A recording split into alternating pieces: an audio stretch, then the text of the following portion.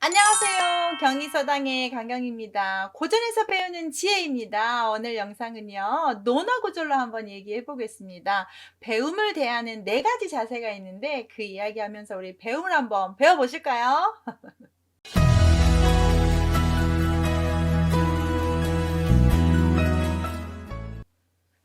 자, 논어에 배움이라는 자세가 있어요. 배움의 자세. 여러분은 배움의 자세가 어떤 자세입니까? 공자는 어떤 자세로 공부하라고 했는지 한번 보실게요.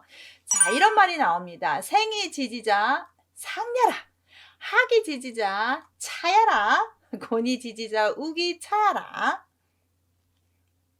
그 다음 곤이 불하기 민사위 하으라 라고 했습니다. 자, 1단계 2단계 그 다음 3단계 4단계입니다. 우리가 제일 고민해야 되는 건 4단계인데 먼저 해석을 보시겠습니다. 생이지지입니다. 태어나면서 알았습니다. 아는 자, 모든 것들을 아는 자, 뭐합니까? 최상이다. 학이지지자, 배워서 그것들을 알게 되는 자, 차입니다. 곤이 학지자입니다. 여기에 보십시오. 공경에 처했는데도 뭐합니까? 배워가는 사람 또한 그 다음이다. 곤이불학, 이게 문제인데요. 곤경에 처했는데도 안 배우는 이런 백성들이 다 이 백성들, 이사자입니다. 그런 백성들이 제일 하가 된다. 아래가 된다라고 했습니다. 공경에 처했는데도 배우지 않는 그런 백성들, 그 사람들이 하가 된다라고 했습니다. 나면서부터 아는 사람 누굽니까? 성인과 대단한 성군들, 천재들 아닙니까? 우리가 공자라고 표현할 수 있을 것 같은데요. 배워서 아는 사람, 저희 같은 사람들이겠죠. 공경에 처했는 데서 배운 것을 놓지 않는 사람, 이것도 저희들하고 좀 관계가 되고, 공경에 처했는데 배우지 않는 사람들이 여기에 하급이 됩니다. 공자는요, 방금 제가 말한 것처럼 생애지지자라고 충분히 말씀하실 수 있는데 당신은 학이지지자라고 계속 얘기하십니다. 자, 성인 군자조차도 나는 배워서 알았다라고 표현하면서 겸손하시기도 하지만 배움을 평생에 걸쳐서 해야 된다고 강조하는 구절이기도 합니다. 배움을 대하는 자세에 따라서 배움이 달리 들어올 것 같다는 생각이 좀 들었습니다. 나는 원래부터 아는 사람이야 라고 하는 사람은 여러분이 만났다면 어떤 느낌이십니까? 저는 정말 거만해 보이고 그 사람이 말하는 거 별로 믿고 싶지 않을 것 같다는 생각도 좀 들었습니다. 내가 이렇게 열심히 배워서 몸으로 익혀서 이렇게 터득했다 라고 표현하는 것이 진짜지 않을까요? 그런데 때로는 먹고 사는 게 힘들어서 배움을 이어갈 수 없는 사람도 수도 없이 많습니다. 그렇지만 나는 없어서 못 배웠어 이렇게 하지 않고 내 공공한 처지가 그때는 그러하였으나 지금은 조금 여유가 생기고 내가 그럴 여력이 생겨서 나는 그 배움의 끈을 놓지 않고 공부하리다 이렇게 하시는 분들 있잖아요. 그래서 70세 80세가 되었는데 한글 배우는 한글학당 가시고 수능 보시고 공부하시고 그림 그리시고 글 쓰시고 대단한 분들 많습니다. 공공함이 처해 있었지만 거기에 굴하지 않고 배우는 사람들 최고지요.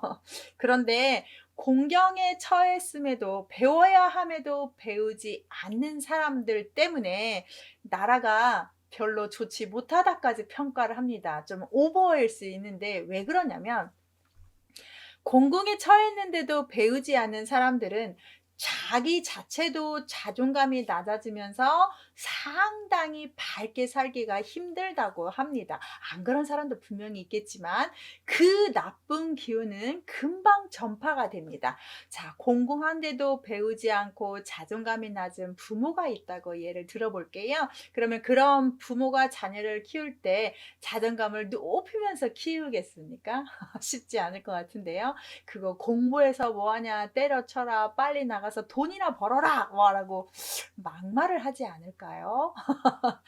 아닐 수도 있어요. 근데 극적인 예시를 하는 겁니다. 그래서 되도록이면 공궁에 처해 있을수록 공부하고 배우고 그 자리를 깨치고 나오려고 해야 된다는 것을 배움의 목적을 두고 사람은 평생 배워야 한다는 걸 강조하는 그런 글귀로 보시는 건 어떨까라는 생각을 합니다.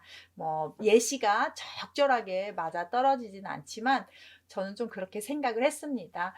배워야 사람이 생각이 넓어져야 볼 수 있는 시각이 넓어지면서 자기를 받아들일 수 있고 내 자신을 객관할 수 있고 내 상황에서 된다, 안 된다를 결정할 수 있습니다.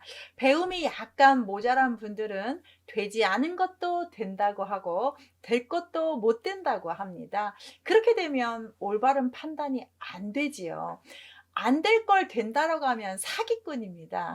될 수 있는데 안 된다고 하면 의기소침해서 되는 일이 하나도 없겠지요. 그래서 드는 생각입니다. 사람은 평생 배워야 하고요.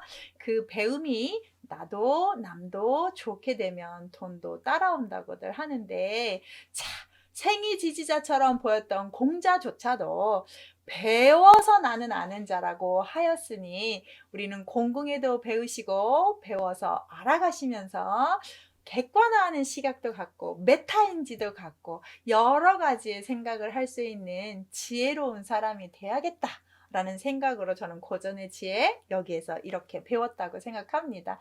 여러분은 어떻게 생각하십니까? 배우셔야죠. 배우시기 위해서 경의사당 채널 보시는 걸로 압니다. 제가 좋은 지식을 전달해 드려야 되는데 부족함이 많습니다. 열심히 또 저도 배워서 전달하도록 하겠습니다. 우리 공궁에도 배워야 됩니다. 공궁한데도 배우지 않는 사람들이 제일 학급입니다. 우리 학급 되지 말아야 되겠습니다. 오늘 여기까지 하겠습니다. 감사합니다. 고전에서 배우는 지혜, 오늘은 논어 구절로 가져왔습니다. 논어에 사람이 먼저 되고 그 후에 배워라 라는 유명한 구절이 있습니다. 논어 이야기는 뭐 한도 끝도 없긴 한데요. 논어에 또 나오는 이런 중요한 문장으로 오늘 고전의 지혜 한번 배워보시죠. 논어에 사람이 먼저 되라. 사람이 먼저 되라. 그리고 뭐하라? 배워라. 딱 아시겠죠? 이런 문장이 있습니다. 제자입직 효하고 출즉 제하며 근이신해라. 범해중이 친인이니 행위여력이여 즉 이 학문이라. 해여격이여든 즉이 학문이라. 제자입직 효하고 출즉 제하고 근이신하며 범해중이 친인이니 행위여력 즉이 학문이다 라고 했습니다. 공자가 제자들아 라고 표현합니다. 또는 젊은 사람들아, 나이 어린 사람들아, 살날이 많은 사람들아 이렇게 지칭하시면 되겠습니다. 입직효하고 니들이 집에 들어가면 뭐뭐하면 뭐하고 효도해라. 출직 집에서 나오면 뭐뭐하면 아우해라 이 뜻이 아니라 아우제자인데 앞에다가 마음심이 들어가 있는 제자, 공경할 제자로 해석을 해야 된다고 표현을 합니다. 그래서 공경하다로 하겠습니다. 나오면 공경해라. 그 다음 삼갈 근자인데 여기 앞에 수식어로 언행은 좀 조심해라. 그리고 뭐 했으면 좋겠습니까? 믿음 있는 사람처럼 살아라. 이렇게 표현합니다. 젊은 사람들은 집에 들어가면 효성스럽게 하고 밖에 나가면 공경하며 언행은 그만하고 믿음 있게 해라. 그 다음 넓을 범, 널리 무리 중 많은 사람들을 사랑해라. 그리고 어진 사람들이랑 친하게 지내라 라고 합니다. 널리 사랑하고 인을 가까이 해라. 뭐하고 행유. 내가 지금 앞에서 말한 행동을 하고도 여력, 남은 힘이 있다. 그때 있다면 뭐하면 뭐하라? 그때 뭐하라? 학문을 해라.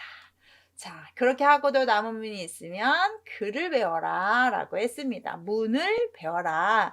자, 뭐부터 되라 라고 했으니까 잘 보십시오.